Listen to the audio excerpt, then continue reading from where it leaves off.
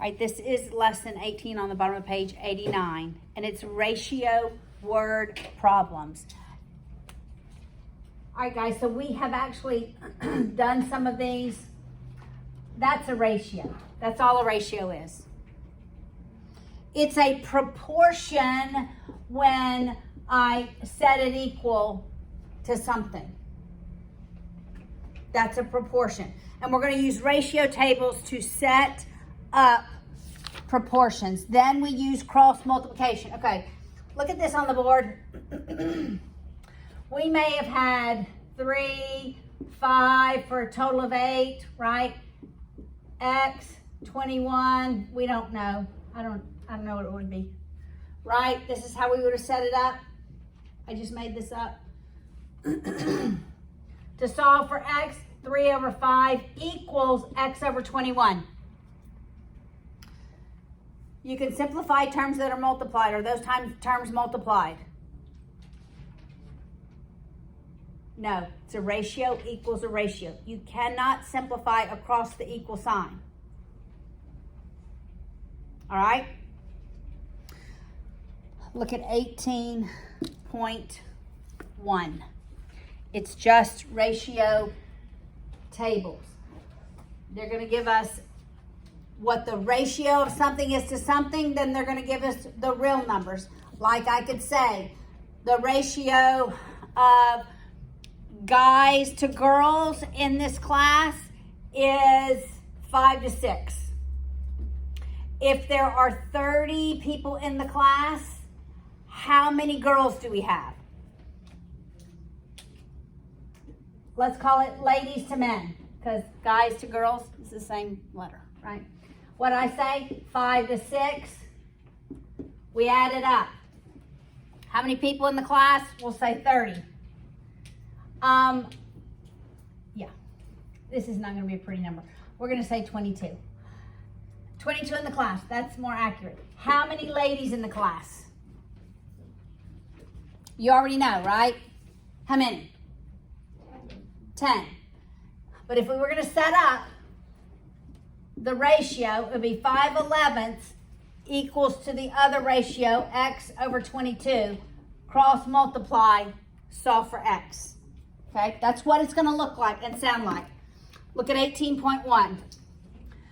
The ratio of Arabians to mixed breeds was 2 to 17. What was the total? 19 in my ratio. You got it? If there were a total of 380 horses in the herd, how many were Arabians? I'm ignoring this middle one, right?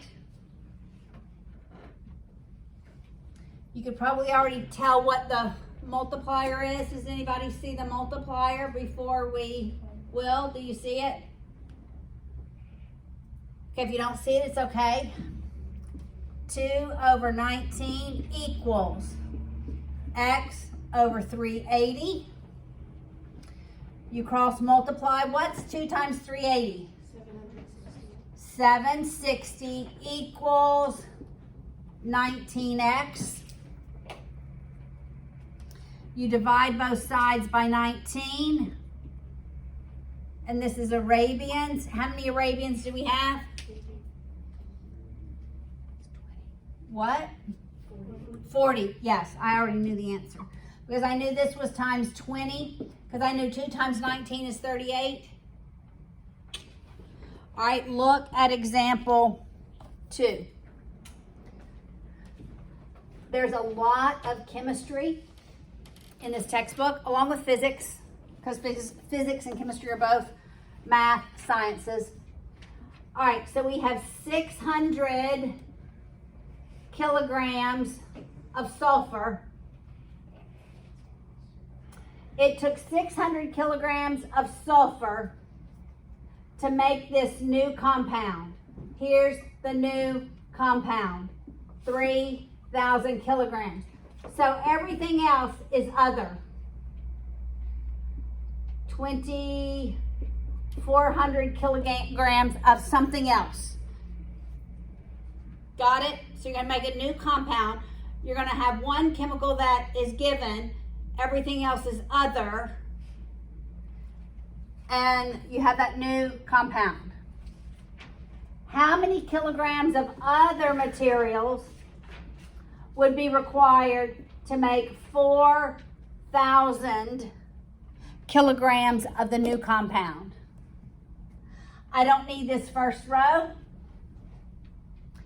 It's 24,000 over 2,400 over 3,000 equals X over 4,000. The only term I could simplify is this first one. I could take off 2 zeros. What's 24 divided by 30? Can I simplify that? What goes into both of those? 6. How many times does 6 go into 24? 4. And into 30? 5.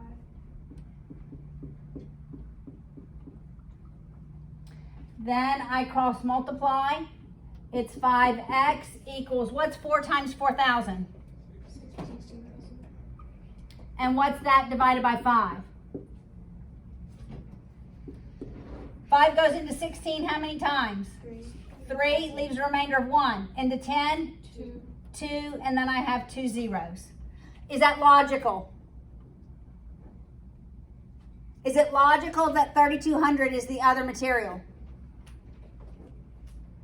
And that 800 would be the sulfur? Yes, it is. It's reasonable. Yes, Therese? Is there a different way you could line those up? Like, could you, it's hard to explain, but like if you did sulfur